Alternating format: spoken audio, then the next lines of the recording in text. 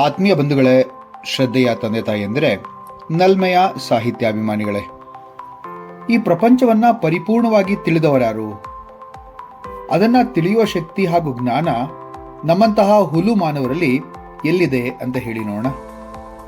ಈ ಪ್ರಪಂಚದ ಒಂದು ತುದಿಯಿಂದ ಈ ಒಂದು ಜಗತ್ತನ್ನ ಅರಿಯುವಂತಹ ಪ್ರಯತ್ನವನ್ನು ಮಾಡಿದರೆ ಮತ್ತೊಂದು ತುದಿಯನ್ನ ತಲುಪುವ ವೇಳೆಗೆ ಅಥವಾ ತಲುಪುವ ಮುನ್ನ ಆ ತುದಿಯ ಒಂದು ಜಗತ್ತು ಬಹುವಾಗಿ ಪರಿವರ್ತಿತವಾಗಿರುತ್ತೆ. ಅದೇ ಈ ಸೃಷ್ಟಿಯ ರಹಸ್ಯ. ಬದುಕಿನ ಉದ್ದಗಲಕ್ಕೂ ನಾವೆಲ್ಲರೂ ಕೂಡ ಪರಿಪರಿಯಾಗಿ ಪಡೆಯುವಂತಹ ಜ್ಞಾನ ಈ ಜಗತ್ತನ್ನ ಅರಿಯುವುದಕ್ಕೆ ಸಾಕಾಗೋದಿಲ್ಲ. ಡಿ.ವಿ.ಜಿಯವರು ಈ ಸುಂದರವಾದ ಕಗ್ಗದಲ್ಲಿ ಸೃಷ್ಟಿಯ ಈ ರಹಸ್ಯದ ಕುರಿತಾಗಿ ತುಂಬಾ ಸುಂದರವಾಗಿ ಹೇಳಿದ್ದಾರೆ. ನಾವು ಎಂತಹ ಮನುಷ್ಯರು ಅಂತಂದ್ರೆ ನಮಗೇನು ಗೊತ್ತು ಅನ್ನೋದೇ ನಮಗೆ ಗೊತ್ತಿಲ್ಲ.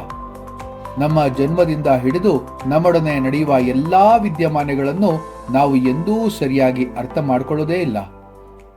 ಅರ್ಥ ಮಾಡ್ಕೊಳ್ಳೋಕ್ಕಾಗಲ್ಲ, ಅರ್ಥ ಮಾಡ್ಕೊಳ್ಳೋದೂ ಇಲ್ಲ. ಏಕೆಂದ್ರೆ ಒಂದು ವಸ್ತು, ಒಂದು ವಿಷಯ ಅಥವಾ ಒಬ್ಬ ವ್ಯಕ್ತಿ ಇವಿಷ್ಟನ್ನು ಕೂಡ ಸಂಪೂರ್ಣವಾಗಿ ಅರ್ಥ ಮಾಡ್ಕೊಳ್ಬೇಕಾದ್ರೆ ನಾವು ಆ ವಿಷಯ, ವಸ್ತು ಮತ್ತು ವ್ಯಕ್ತಿಗಳನ್ನ ಎಲ್ಲಾ ಆಯಾಮಗಳಿಂದಲೂ ಕೂಡ ನಾವು ಪರೀಕ್ಷಿಸಿ ನೋಡ್ಬೇಕಾಗತ್ತೆ.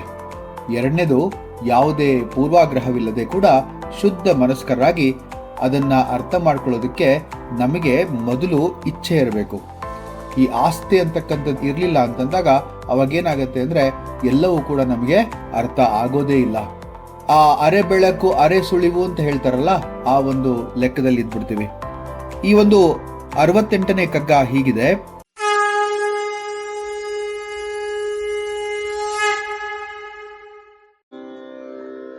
ಎಲ್ಲ ಅರೆ ಬೆಳಕು ಅರೆ ಸುಳಿವು ಅರೆ ತಿಳಿವುಗಳಿಲ್ಲಿ, ಎಲ್ಲಿ ಪರಿಪೂರಣವೋ ಅದನರಿಯುವನಕ, ಸೊಲ್ಲಿಸುವರಾರು ಸೃಷ್ಟಿಯ ಪೇಟಿಯೊಳಗುಟ್ಟ, ಎಲ್ಲ ಬಾಳು ರಹಸ್ಯ ಮಂಕುತಿಮ್ಮ.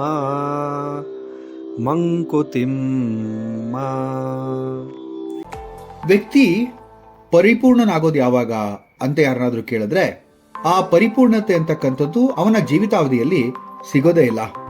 ಯಾಕೆ ಅಂತಂದ್ರೆ ಈ ಒಂದು ಸೃಷ್ಟಿ ಅಷ್ಟು ಅಗಾಧವಾದದ್ದು. ಈ ಅಗಾಧವಾದಂತಹ ಸೃಷ್ಟಿಯಲ್ಲಿ ಲಕ್ಷಾಂತರ ವರ್ಷ ಇರುವಂತಹ ಈ ಮನುಷ್ಯನ ಯೋಚನಾ ಶಕ್ತಿ ಯಾವಾಗಲೂ ಕೂಡ ಒಂದರಿಂದ ಮತ್ತೊಂದು ವಸ್ತುವಿನಡೆಗೆ ಹರಿತಾನೆ ಇರುತ್ತೆ. ಆದ್ರಿಂದ ಆ ಪರಿಪೂರ್ಣತೆ ಒಂದು ವಸ್ತುವಿನಲ್ಲಿ ಸಿಗೋದಕ್ಕೆ ಚಾನ್ಸೇ ಇಲ್ಲ. ಕೆಲವು ಮನುಷ್ಯರು ಅಲ್ಪ ಸ್ವಲ್ಪ ಜ್ಞಾನವನ್ನ ಹೊಂದಿದ್ದಾರೆ, ಆದರೆ ಎಲ್ಲವನ್ನೂ ಅಲ್ಲ. ಇಡೀ ಜಗತ್ತಿನಲ್ಲಿ ಬಹಳಷ್ಟು ದಾರ್ಶನಿಕರು ಆಗಿ ಹೋಗಿದ್ದಾರೆ. ವೇದ ಕಾಲದ ಋಷಿಗಳಿಂದ ಹಿಡಿದು ಭಾರತೀಯ ಉಪನಿಷತ್ತಿನ ಕಾಲದ ದಾರ್ಶನಿಕರು, ಗ್ರೀಕ್ ದೇಶದ ತತ್ವಶಾಸ್ತ್ರಿಗಳು ಹಾಗೂ ಹಲವಾರು ಜಗತ್ತಿನ ಈ ವಿಚಾರಗಳಲ್ಲಿ ಸೃಷ್ಟಿಯ ಒಂದು ಸೂಕ್ತ ವ್ಯಾಖ್ಯಾನ ಮಾಡಲು ಪ್ರಯತ್ನ ಅಂತೂ ಪಟ್ಟಿದ್ದಾರೆ. ಆದರೆ ಅದು ಕೂಡ ಪೂರ್ಣವಾಗಿ ಸಾಧ್ಯವಾಗಿಲ್ಲ.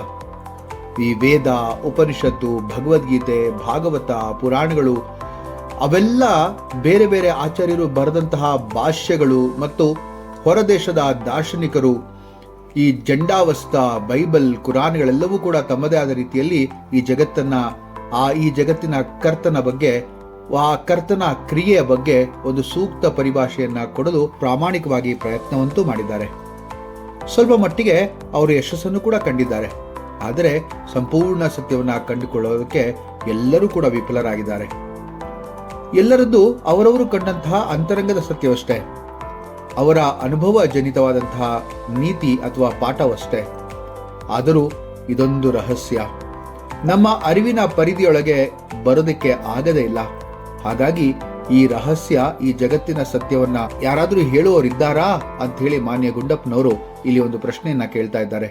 ಈ ಒಂದು ಕಗ್ಗದಲ್ಲಿ ಮಾನ್ಯ ಡಿ.ವಿ.ಜಿ ಅವರು ಮಾನವನ ತಿಳುವಿಕೆಯ ಮಿತಿಯನ್ನ, ಬದುಕಿನ ಅನಿಶ್ಚಿತತೆಯನ್ನ ಹಾಗೂ ಸೃಷ್ಟಿಯ ಆಳವಾದ ರಹಸ್ಯವನ್ನ ಕುರಿತು ಮಾತನಾಡಿದ್ದಾರೆ. ನಾವು ತಿಳಿಯುವ ಎಲ್ಲವೂ ಅರೆ ಬೆಳಕು, ಅರ್ಥಾತ್ ಪೂರ್ಣ ಬೆಳಕು ಅಲ್ಲ. ನಾವು ಪಡೆಯುವ ಸುಳಿವುಗಳು ಅರೆ ಸುಳಿವು, ಅಂದ್ರೆ ಅರೆಪೂರ್ಣವಾದದ್ದು. ನಮಗೆ ಅರ್ಥವಾಗುವ ಜ್ಞಾನವೂ ಕೂಡ ಅರೆ ತಿಳುವಳಿಕೆ, ಅರ್ಥಾತ್ ಅಪೂರ್ಣ. ನಿಜವಾದ ಪರಿಪೂರ್ಣತೆಯನ್ನ ಅರಿಯುವವರು ಯಾರು? ಈ ಭೌತಿಕ ಜಗತ್ತಿನಲ್ಲಿ ಯಾರಿಗಾದರೂ ಸೃಷ್ಟಿಯ ಸಂಪೂರ್ಣ ರಹಸ್ಯವನ್ನು ಬಿಚ್ಚಿ ತೋರಲು ಸಾಧ್ಯವೇ? ನಿಜವಾದ ಅರಿವು ಜೀವನದ ರಹಸ್ಯವನ್ನ ಸಂಪೂರ್ಣವಾಗಿ ಯಾರಿಗೂ ತಿಳಿಯಲು ಸಾಧ್ಯವಿಲ್ಲ. ಸೃಷ್ಟಿಯ ಆಳವಾದ ತತ್ವವನ್ನ ಸಂಪೂರ್ಣವಾಗಿ ಒಬ್ಬರೂ ಅರ್ಥ ಮಾಡಿಕೊಳ್ಳಲಾರರು. ನಾವು ತಿಳಿದಿದ್ದು, ಅರಿತಿದ್ದು, ಅರಿಯುತ್ತಿರುವುದು ಎಲ್ಲವೂ ಅಪೂರ್ಣ. ಈ ಜಗತ್ತಿನಲ್ಲಿ ಬದುಕಿನ ಅರ್ಥವನ್ನ ಸಂಪೂರ್ಣವಾಗಿ ಬಲ್ಲವರಾರು? ಈ ಬದುಕು ಸಂಪೂರ್ಣ ರಹಸ್ಯ. ಇದು ಮಂಕುತಿಮ್ಮನ ತಾತ್ವಿಕ ಪ್ರಜ್ಞೆ. ಬದುಕನ್ನ ಅರಿಯಲು ನಿರಂತರ ಯತ್ನ ಮಾಡಬೇಕು, ಆದರೆ ಅದರ ಸಂಪೂರ್ಣ ಅರ್ಥ ನಮ್ಮ ಕೈಗೆ ಸಿಗುವುದು ಅನುಮಾನವೇ ಸರಿ. ಈ ಅಸಂಬೋಧನೆ ಮತ್ತು ಬದುಕಿನ ಅಪೂರ್ಣತೆ ಎಲ್ಲಿ ತನಕ ಅಂತಂದ್ರೆ ನಮ್ಮ ಹುಟ್ಟಿನಿಂದ ಸಾಯುವ ತನಕ. ಎಲ್ಲ ಅರೆ ಬೆಳಕು, ಅರೆ ಸುಳಿವು, ಅರೆ ತಿಳಿವಿಲ್ಲಿ ಎಲ್ಲಿ ಪರಿಪೂರ್ಣವೋ ಅದನ್ನರಿಯುವನಕ. ಮನುಷ್ಯನ ಜ್ಞಾನ, ಅವನ ಅನುಭವಗಳು, ಅವನು ಕಂಡುಕೊಳ್ಳುವ ತತ್ವಗಳೆಲ್ಲ ಅಪೂರ್ಣ, ಅಪೇಕ್ಷಣೀಯ ಮತ್ತು ಸಂಶಯಗ್ರಸ್ತ. ನಾವು ಜಗತ್ತನ್ನು ನೋಡುವ ದೃಷ್ಟಿಕೋನವೇ ಅರೆ ಬೆಳಕಿನಂತೆ. ಮುಸುಕಿದ ಬೆಳಕು, ಸಂಪೂರ್ಣ ಸ್ಪಷ್ಟತೆ ಇಲ್ಲದ ಅರಿವು. ಇದನ್ನು ಗ್ರಹಿಸಲು ನಾವು ಪ್ರಾಮಾಣಿಕ ಮತ್ತು ತತ್ವಶಾಸ್ತ್ರೀಯ ದೃಷ್ಟಿಯಿಂದ ಅನೇಕ ಉದಾಹರಣೆಗಳನ್ನು ಕಾಣಬಹುದು. ಯೋಚನೆ ಮಾಡಿ ನೋಡಿ, ಭಗವದ್ಗೀತೆಯಲ್ಲಿ ಒಂದು ಉದಾಹರಣೆ ತಗೋಬಹುದು. ಅರ್ಜುನನ ಸಂಶಯ. ಮಹಾಭಾರತದಲ್ಲಿ ಈ ಅರ್ಜುನ ಅತಿ ಬಲಶಾಲಿ, ಮಹಾರಥಿ. ಆದರೆ ಅರ್ಜುನನು ಮಹಾಭಾರತದ ಯುದ್ಧದ ಮೊದಲ ದಿನವೇ ಗೊಂದಲಕ್ಕೆ ಒಳಗಾಗ್ತಾನೆ. ಅವನಿಗೆ ನ್ಯಾಯ ಅನ್ಯಾಯದ ಗೆರೆಯೇ ಸ್ಪಷ್ಟವಾಗಿಲ್ಲ. ಆತ್ಮಸಾಕ್ಷಿಯ ಬೆಳಕಿನಲ್ಲಿ ಯಾವುದು ಧರ್ಮ, ಯಾವುದು ಅಧರ್ಮ ಎಂಬ ಪ್ರಶ್ನೆ ಉದ್ಭವಿಸೇ ಬಿಡುತ್ತೆ. ಭಗವದ್ಗೀತೆಯಲ್ಲಿ ಅರ್ಜುನ ಹೇಳುವಂತಹ ಶ್ಲೋಕ ಸಾಂಖ್ಯಯೋಗದಲ್ಲಿ ಬಹಳ ಸುಂದರವಾಗಿ ಕೇಳ್ತಾನೆ. ಕಾರ್ಪಣ್ಯ ದೋಷೋಪಹತ ಸ್ವಭಾವ ಪ್ರಚ್ಛಾಮಿ ತ್ವಾಂ ಧರ್ಮ ಸಮೂಢಶ್ಚೇತಾಃ ಯಚ್ಛ್ರೇಯ ಸ್ಯಾನ್ನಿಶ್ಚಿತಂ ಬ್ರೂಹಿ ತತ್ಪೃಚ್ಛಾಮಿ ತ್ವಾಂ ಶಿಷ್ಯಸ್ತೇಹಂ ಶಾದಿಮಾಂ ತ್ವಾಂ ಪ್ರಪನ್ನಂ. ನೋಡಿ ಎಷ್ಟು ಸುಂದರವಾಗಿದೆ. ಅಂದ್ರೆ ಇದರ ಅರ್ಥ, ನಾನು ನನ್ನ ಕರ್ತವ್ಯದ ಬಗ್ಗೆ ಗೊಂದಲಕ್ಕೊಳಗಾಗಿದ್ದೇನೆ, ನನ್ನ ಸ್ವಭಾವದ ದುರ್ಬಲತೆಯಿಂದ ಮೋಹಿತವಾಗಿದೆ, ಧರ್ಮ ಯಾವುದು ಎಂಬುದರಲ್ಲಿ ನಾನು ಸಂಪೂರ್ಣವಾಗಿ ಮಂಕಾಗಿದ್ದೇನೆ. ನಿನ್ನ ಶಿಷ್ಯನಾಗಿ ನಾನು ನಿನ್ನನ್ನು ಶರಣಾಗಿದ್ದೇನೆ, ದಯವಿಟ್ಟು ನನಗೆ ಸತ್ಯವನ್ನ ಉಪದೇಶಿಸು ಅಂತ ಕೇಳ್ತಾರೆ. ಶಿಷ್ಯೇಸ್ತೇಹಂ ಶಾದಿಮಾಂ ತ್ವಾಂ ಪ್ರಪನ್ನಂ ಅಂತ ಅರ್ಜುನ ವಿಧೇಯನಾಗಿ ಗುರುವಿನಲ್ಲಿ ಕೇಳುವಂತೆ ಶ್ರೀಕೃಷ್ಣನಲ್ಲಿ ಈ ಒಂದು ಮಾತನ್ನ ಕೇಳ್ತಾನೆ. ಇಲ್ಲಿ ಅರ್ಜುನನ ಸಂದಿಗ್ಧತೆ ನೋಡಿ, ಯೋಚನೆ ಮಾಡಿ. ಅವನಿಗೆ ಅರೆ ಬೆಳಕು, ಅರೆ ಸುಳಿವು, ಅರೆ ತಿಳುವಳಿಕೆ ಅಂತ ಅನ್ಸೋದಿಲ್ವಾ?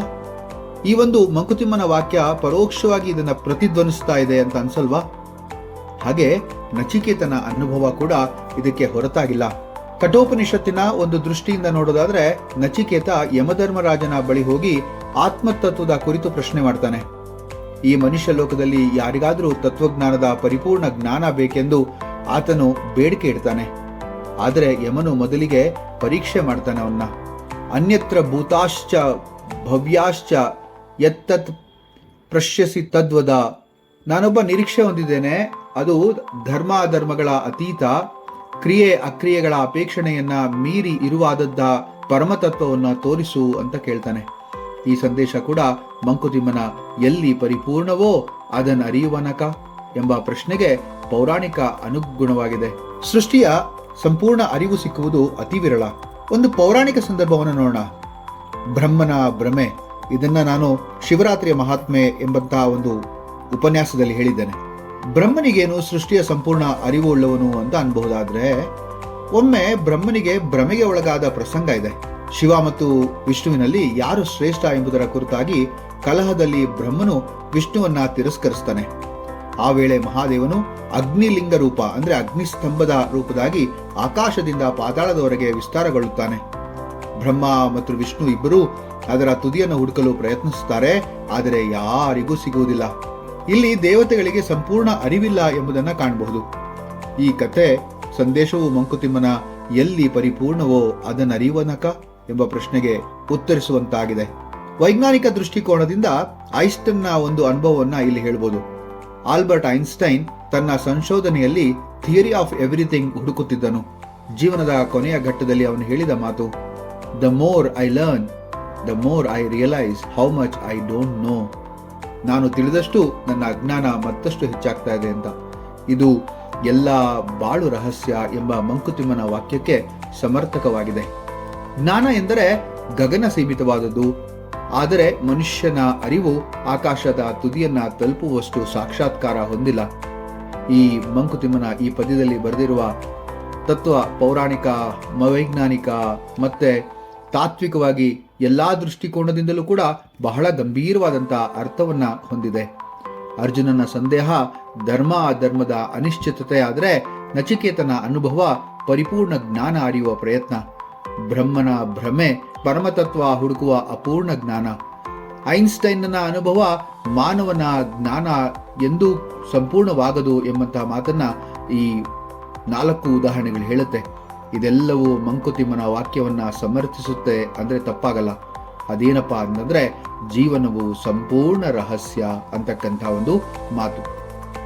ಅದಕ್ಕೆ ಈ 68ನೇ ಕಗ್ಗದಲ್ಲಿ ಬಹಳ ಸುಂದರವಾಗಿ DVG ಅವರು ಹೇಳ್ತಾರಲ್ಲ, ಎಲ್ಲಿ ಅರೆ ಬೆಳಕು ಅರೆ ಸುಳಿವು ಅರೆ ತಿಳುವಿಲ್ಲಿ, ಎಲ್ಲಿ ಪರಿಪೂರ್ಣವೋ ಅದನ್ನರಿಯುವನಕ, ಸೊಲ್ಲಿಸುವರಾರು ಸೃಷ್ಟಿಯ ಪೇಟಿಯೊಳಗುಟ್ಟ, ಎಲ್ಲ ಬಾಳು ರಹಸ್ಯ ಮಂಕುತಿಮ್ಮ. ಮುಂದಿನ ಕಗ್ಗದೊಂದಿಗೆ ಮತ್ತೆ ಭೇಟಿಯಾಗ್ತೇನೆ. ನಮಸ್ಕಾರ.